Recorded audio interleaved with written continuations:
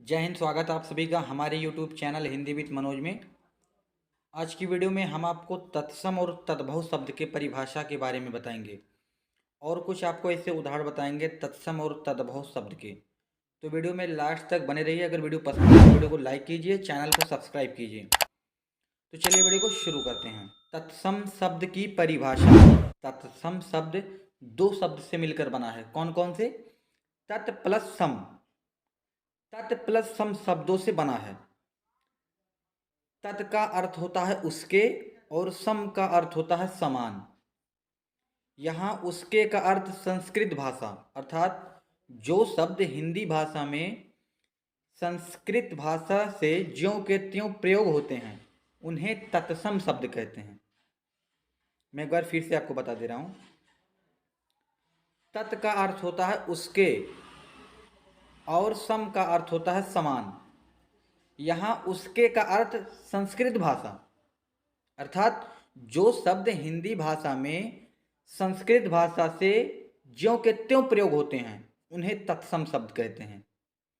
जैसे पुस्तक, क्षेत्र, अग्नि, रात्रि, कार्य इत्यादि।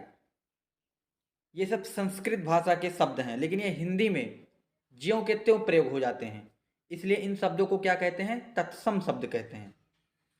अगर आसान शब्दों में कहा जाए तो हिंदी में संस्कृत के मूल शब्दों को तत्सम शब्द कहते हैं। मैं पूरा एक बार फिर से परिभाषा आपको सुना दे रहा हूँ। तत्सम शब्द तत् प्लस सम शब्द से बना है।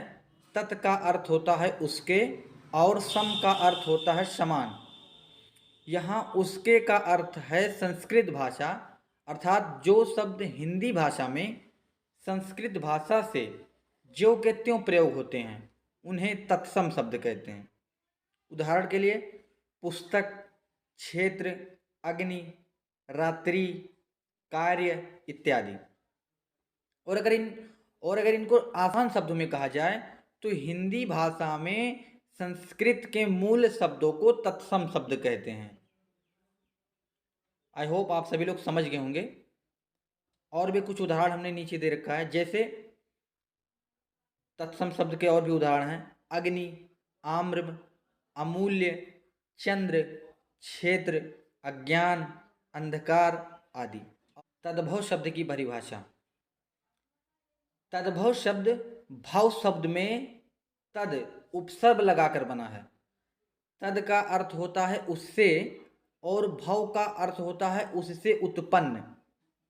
ये भी दो शब्दों से मिलकर बना है। कौन कौन से? तद और भव। तद का अर्थ होता है उससे और भव का अर्थ होता है उससे उत्पन्न।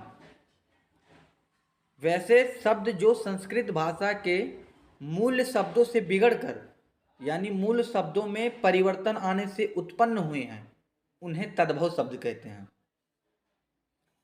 समय और परिस्थिति के साथ संस्कृत के जिन शब्दों का मूल रूप न रहकर परिवर्तित रूप प्रचलन में आ गया है उन्हीं परिवर्तित शब्दों को तद्भव शब्द कहा जाता है। जैसे रात्रि का तद्भव शब्द है रात। ऐसे अनेकों तद्भव शब्द आजकल हिंदी में आ गए हैं। जैसे धरती का धरित्री,